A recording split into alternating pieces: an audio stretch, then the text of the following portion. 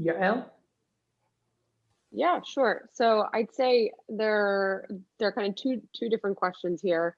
For me, a part of what our business does is help companies understand the ROI of investing in their talent. It's almost inevitably ROI positive to invest in your workforce, particularly in areas of hard to fill roles, digital skills, soft skills, a lot of the things that are always at the top of the list of the skills that companies want to be successful.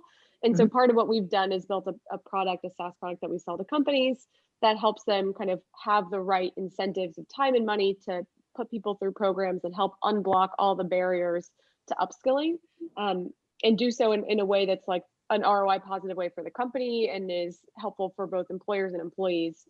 I'd say part of what we do is, in order to make that happen, is, well, it's actually just a pretty straightforward series of numbers that I put in a white paper on our website, learnin.com. Feel free to check it out if you're interested. But it's very kind of, it's not rocket science, but it's about productizing it and making it easy for people to use and understand that we can tie into their HR systems. We can use industry data for benchmarks. And it's kind of about having a mix of these different options to equip people with the tools they need to be successful.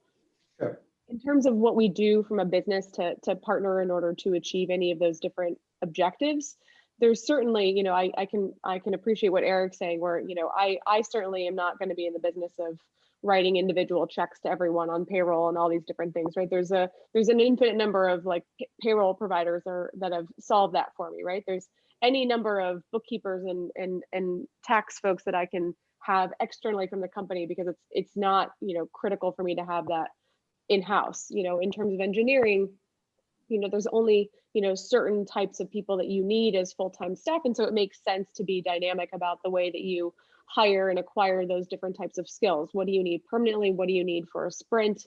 Do you need an extra design resource? Do you need an extra, back-end resource, for a short period of time, but not necessarily for the interim? And then you can ramp up hiring in the future. It's all a function of what your business needs are and how to best solve for what your needs are at that moment in time. So it's always kind of a short-term, medium-term, long-term, series of trade-offs. And there's certainly a benefit to partnering early in order to speed up time to market.